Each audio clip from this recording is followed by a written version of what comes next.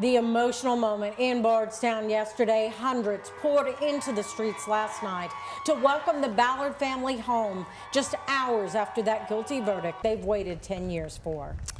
Crystal Rogers' sister, Brooke, and mother, Sherry Ballard, among others, being escorted by police back to Bardstown from Bowling Green, Kentucky, where the trial was held.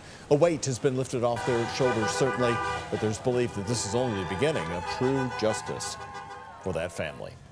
And thanks for sticking with us. Here at 5:30, we are joined by WHS 11 legal analyst Nick Mudd.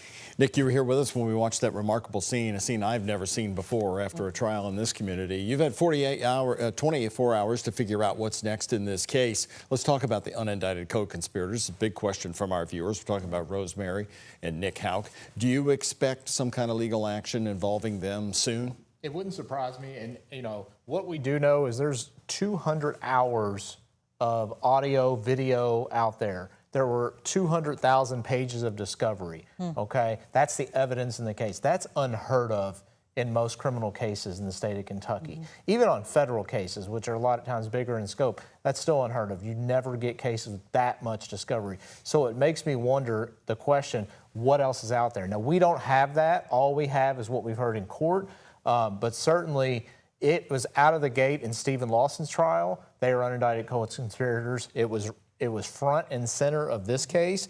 And so, you know, if you remember back last year, there was a bond hearing, and it was mentioned that the gun used, that they believed was used to kill Tommy Ballard, was found in Nick Houck's possession or sold by him. So it would not surprise me if charges are forthcoming. This prosecution has a lot of momentum right now, and so I wouldn't be surprised if some sort of indictment would be handed down in the next 6 to 12 months.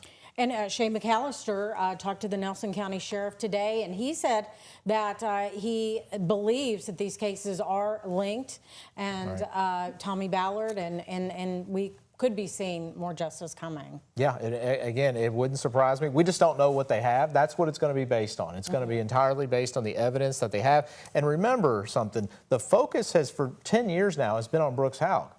We've never really seen the investigators put the focus elsewhere. So I wonder what they will find if they getting phone records of other people, things like that. Well, you've been saying this for a while because those two were talked about in the trial more than Joseph Lawson some days, more than even Brooks Houck. Were the prosecutors at the time sending a message, we know something, this is where we're going to move next? I think they weren't hiding the ball at all. They were saying, look, we're acknowledging this, but certainly they put it out there front and center. There was no sugarcoating. I mean, Shang Young came out right away and said these are unindicted co-conspirators. There was no, they may be involved, they could be involved. He said, no, they are absolutely involved. When there are unsolved cases still lingering and you have trials that get this much exposure, would you likely think that someone else may start talking, whether it's any of the possible co-conspirators or anyone who has been found guilty already? Now, I would say the people found guilty already, I wouldn't expect them to talk because there are appeals expected. I will assume that they'll file motions for new trials coming up. That'll be the first thing. After that, sometime after they're sentenced, which is in August, I believe the 21st, after that, we'll have appeals most likely filed. That usually comes within 30 days. So while those are pending, those could take years. However, they interview the right people.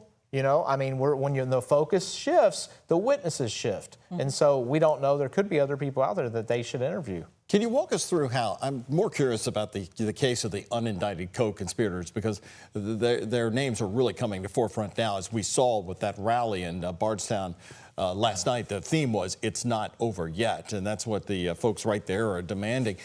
How would a case like that progress, Nick? Would it be mostly also a circumstantial case as to what we just saw play out over the last several weeks? Well, again, we don't have the evidence, but I'll tell you all that I think it's interesting that Shane Young came out a year ago and said, we have the gun we believe killed Tommy Ballard, and I believe it was either an agent or a confidential informant purchased it from Nick Houck. That's pretty strong evidence. That is not circumstantial. That is what we call direct physical evidence.